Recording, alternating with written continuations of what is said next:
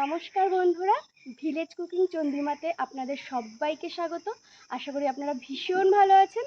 তো এই গরমের মধ্যে পাকা আম তো ভীষণ পাওয়া যাচ্ছে। তো আজকে আমি আপনাদের সামনে দেখাবো আমসত্ত্ব রেসিপি। চলুন কিভাবে রান্না করি পুরোটাই আপনাদের কাছে শেয়ার করব। আর চ্যানেলে যারা নতুন তারা প্লিজ আমার চ্যানেলটাকে সাবস্ক্রাইব করে আমার পাশে থাকবেন। চলে এসেছি রান্নার জায়গায় আমগুলো নিয়ে। এবার এই আমগুলো অনেকটাই পেকে গেছে, ভালোই মজে গেছে। তো এবার এগুলোকে আমি বটি দিয়ে ছাড়িয়ে নেব, ছাড়িয়ে নিয়ে এই মিক্সার গ্রাইন্ডারে ভালো করে পেস্ট করব। তো আমসত্ত্বটা রেডি করি, আগে আমগুলোকে ভালো করে ছাড়িয়ে নিই।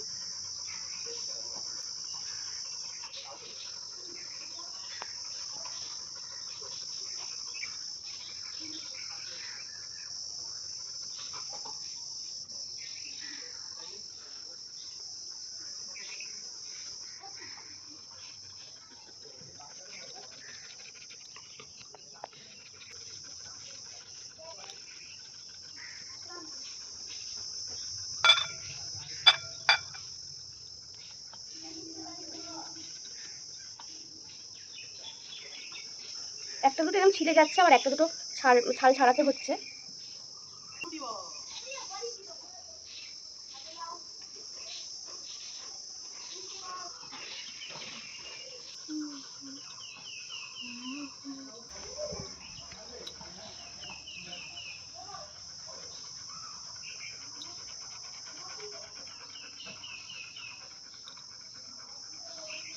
বন্ধুরা, আমগুলো আমার ছাড়ানো হয়ে গেছে। এবার আমি আমগুলোকে ভালো করে পেস্ট করে নেবো মিক্সার গ্রাইন্ডারে। আর আপনারা চাইলে এটা দিয়েও ভালো করে গ্রেট করে নিতে পারেন, এটার সাহায্যও হবে যাদের মিক্সার নেই। আর আমার মিক্সি আছে, তো মিক্স করে নেবো, আমগুলোকে কেটে কেটে এর মধ্যে ভরে নেবো। আর আম যেই ছাড়িয়েছি সেই মাছি ভন করছে, মানে আম কাঁঠাল ছাড়ালেই তো মাছি চলে আসে। তো তাড়াতাড়ি করে আমি মিক্সার গ্রাইন্ডারে এটা দিয়ে ফেলি।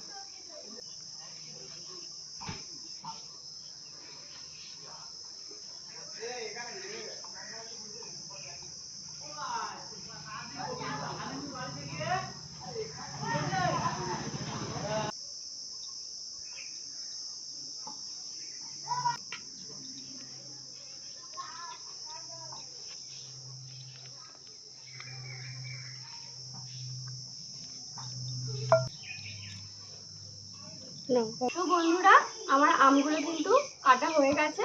এবার মিক্সিতে মিক্স করে নিয়ে আসি। তো চলুন, মিক্স করা হয়ে গেছে। এবার এটার সাহায্যে আমি ভালো করে ছেঁকে নেব, যাতে আমের ভিতরে কোনো আঁশ না থাকে।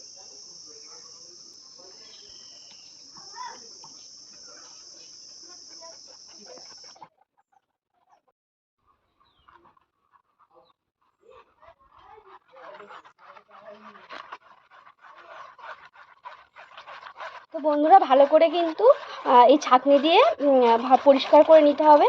অনেক কিন্তু আঁশ থাকে, নানা রকম জিনিস থাকে।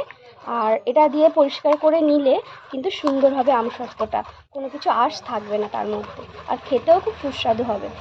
এইগুলো আমি ভালো করে ছেনে নিয়েছি, আর এই যে আঁশগুলো পড়ে আছে এগুলো আবার ফেলে দেবো। তো বন্ধুরা, কড়াইটা বসিয়ে দিচ্ছি।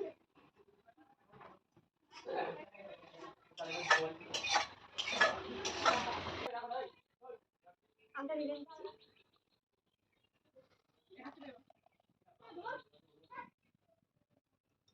বন্ধুরা, স্বাদ অনুযায়ী অল্প একটু লবণ দিয়ে দেবো।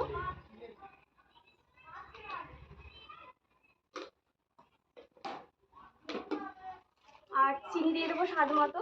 আমি যেমন মিষ্টি সেরকম চিনি দিতে হবে, আপনারা আপনাদের স্বাদ মতন দেবেন। চিনি দিলে একটু কিন্তু পাতলা হয়ে যায়, ভালো করে জাল দিয়ে ঘন করে আনতে হবে। যত ঘন হবে আমসত্ত্বটা কিন্তু ভালো হবে, খেতে টেস্টি হবে। আর মাত্র দুটো উপকরণ দিয়ে কিন্তু আমি করছি আমসত্ত্ব, বেশি উপকরণ কিন্তু লাগে না। আর বাজারের থেকে অনেকটাই ভালো হয়। বাজারে কেমিক্যাল দেওয়া থাকে বা যেখানে খুশি বানানো হয়, কিন্তু বাড়িতে করলে নিজে হাতে বানানো হয়। আর বাচ্চাদেরও এটা খেতে ভালো লাগে, আর ওরাও কিন্তু ফ্রেশভাবে পায় জিনিসটা। তো আপনারা চেষ্টা করবেন বাচ্চাদের বাড়িতেই আমসত্ত্ব মানে বানিয়ে দিতে। বেশিক্ষণ সময়ও লাগে না, খুব অল্প সময় হয়ে যায়, আর খুব কম উপকরণেও কিন্তু আমসত্ত্ব হয়ে যায়।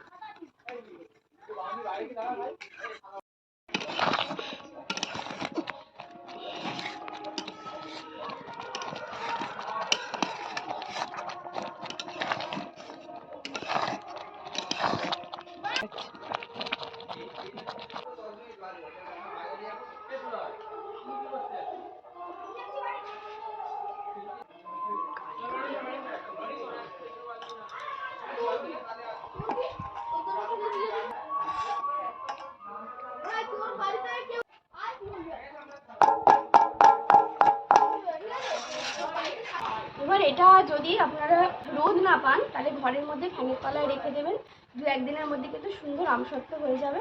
আর রোদে দিলে 2-1 দিনের মধ্যে, ভালো রোদ যদি কড়া রোদ হয় 1 দিনের মধ্যেই কিন্তু আমসত্ত্ব বসে যায়।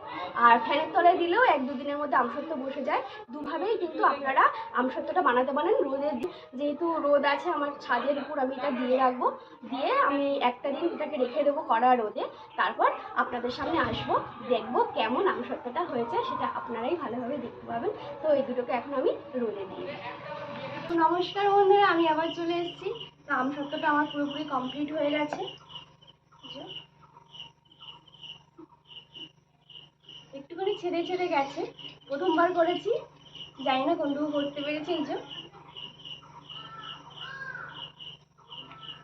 এটাকে এবার ছুরি দিয়ে কাটবো।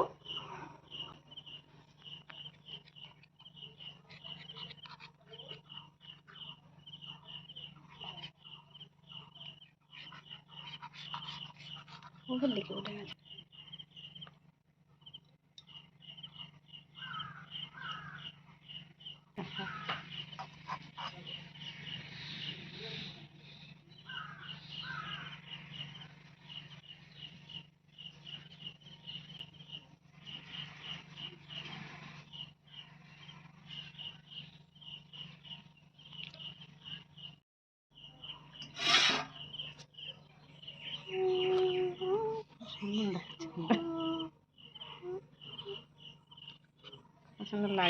তো এবার খাওয়ার মতন পুরো হয়ে গেছে, বাজারের থেকেও সুন্দর হয়েছে আর খুব সুন্দর টেস্টি। তো বাচ্চাদের জন্য, বড়দের জন্য অবশ্যই আপনারা বাড়িতে ট্রাই করবেন, ভীষণ ভালো হবে। আমার একটু দেরিই হয়ে গেল বরঞ্চ। তো যাই হোক, আমি ভীষণ খুশি হয়েছি প্রথমবার আমসত্ত্ব করে। আশা করি আপনারাও খুশি হবেন। আর আমার ভিডিওটা যদি ভালো লেগে থাকে অবশ্যই লাইক কমেন্ট শেয়ার করে দেবেন। তো আজ এই পর্যন্তই বন্ধুরা, টাটা।